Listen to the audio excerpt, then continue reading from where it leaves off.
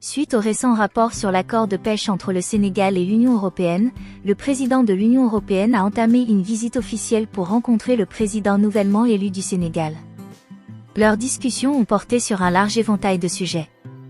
Prêtons maintenant attention au dialogue approfondi entre ces deux dirigeants pour avoir une idée de ce à quoi s'attendre du Sénégal. Et de coopération entre le Sénégal et l'Union européenne, entre l'Europe et l'Afrique plus largement. Il y a certainement les pesanteurs de l'histoire, la proximité géographique, une coopération ancienne et des défis communs tels que la paix, la sécurité et les changements climatiques que nous devons adresser ensemble. Nous avons discuté de coopération multiforme entre l'Union européenne et le Sénégal.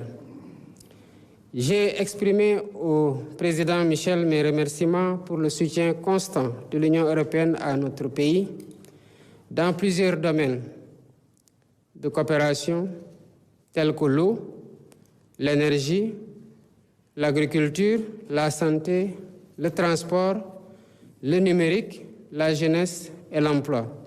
Merci beaucoup, Monsieur le Président. Merci pour vos mots chaleureux. Merci pour votre hospitalité. Et je souhaiterais naturellement commencer par vous féliciter pour votre élection. Féliciter le gouvernement pour son entrée en responsabilité ainsi que le Premier ministre et souhaiter aussi tous mes voeux de succès afin que vous puissiez rencontrer les objectifs que vous avez fixés pour votre pays, pour votre peuple. J'ai eu l'occasion effectivement d'avoir une bonne conversation, un bon échange extrêmement fructueux qui a permis de constater que nous avions une ambition commune de travailler pour un partenariat bilatéral de qualité, fondé sur deux principes clés, le respect et la confiance. Et l'un va naturellement avec l'autre. Et ce premier exercice, cette première rencontre, traduit, je le pense bien, cette notion de respect et de confiance. Nous avons abordé dans le cadre bilatéral les différents piliers pour lesquels nous pensons qu'un travail additionnel, des impulsions supplémentaires sont nécessaires. Soutenir l'économie productive, les infrastructures, la formation professionnelle, la formation technique, adresser aussi des sujets.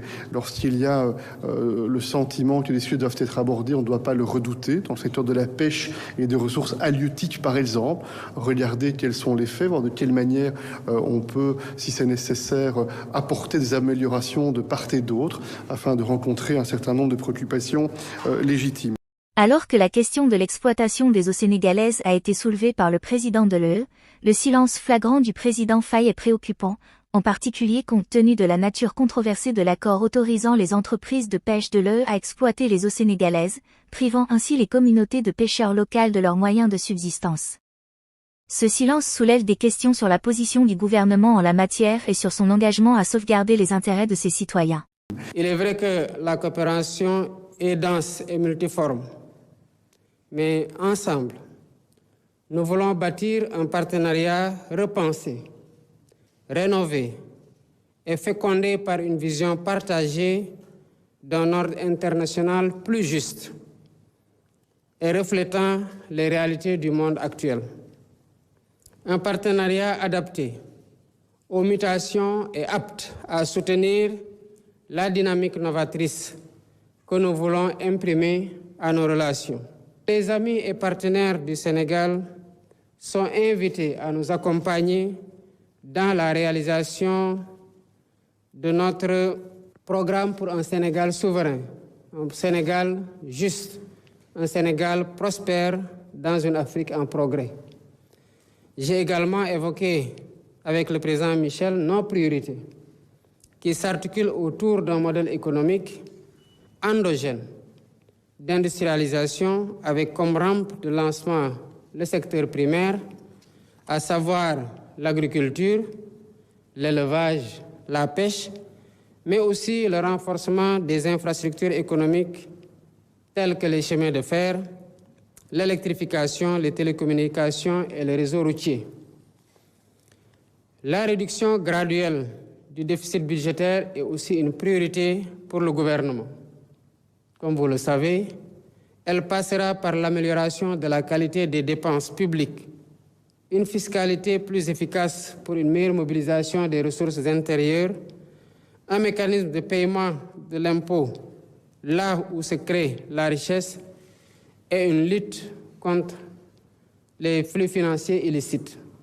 Pour comprendre l'importance de l'accord de pêche entre le Sénégal et l'UE, voici un reportage vidéo sur l'accord qui doit être renouvelé plus tard cette année 2024.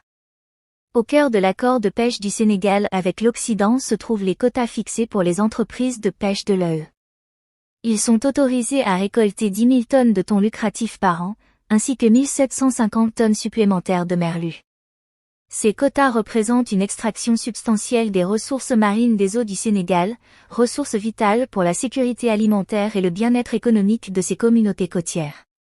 Si vous aimez la vidéo que je produis sur cette chaîne, prenez un peu de temps pour aimer et partager. Et abonnez-vous à la chaîne. Selon les détails de l'accord publié sur la page en ligne de l'UE, le Sénégal se voit promettre un maigre 2,6 millions d'euros d'aide par an. Ce chiffre est dérisoire en comparaison de la valeur des 10 000 tonnes de thon récoltées chaque année. Pour mettre cela en perspective, considérons la seule valeur économique du thon. Si l'on prend un prix moyen conservateur de $10 le kilo de thon sur le marché de gros américain, les 10 000 tonnes de thon récoltées chaque année équivaudraient à la somme faramineuse de 100 millions de dollars. Cela signifie que pour une simple fraction de la valeur réelle des ressources extraites, le Sénégal perd le contrôle de ses eaux et de la biodiversité marine. En outre, l'accord exempte les entreprises de pêche occidentales de l'acquisition ou du paiement des licences de pêche, ainsi que de toute forme de taxation. Au Sénégal, cette exemption exacerbe les inégalités inhérentes à l'accord, permettant aux entreprises étrangères de réaliser d'immenses profits tout en contribuant peu au développement ou à la durabilité du secteur de la pêche au Sénégal. Les conséquences de l'accord de pêche sont désastreuses pour les communautés de pêcheurs locales du Sénégal. Ils sont confrontés à des stocks de poissons épuisés, à une concurrence accrue pour des ressources limitées. Pour véritablement répondre aux besoins et aux aspirations des communautés côtières du Sénégal, un changement de paradigme vers une gestion équitable et durable des pêches est impératif. Cela nécessite de renégocier les accords qui donnent la priorité à l'appropriation locale et au partage des bénéfices, ainsi que d'investir dans le renforcement des capacités et les infrastructures nécessaires au Sénégal pour exploiter et gérer efficacement ses ressources marines. C'est seulement alors que nous pourrons garantir un avenir dans lequel la prospérité des communautés côtières du Sénégal ne sera pas sacrifiée sur l'autel du profit à court terme. La situation s'aggrave si l'on considère les conséquences involontaires de l'invitation des entreprises de pêche de l'UE dans les eaux sénégalaises. Au-delà de l'exploitation immédiate permise par l'accord, l'afflux de navires étrangers agit comme un catalyseur des activités de pêche illégales, non déclarées et non réglementées, INN. À mesure que les développements se déroulent dans le secteur de la pêche au Sénégal et dans d'autres domaines de développement, nous restons déterminés à suivre de près la situation et à fournir des mises à jour sur tout développement important.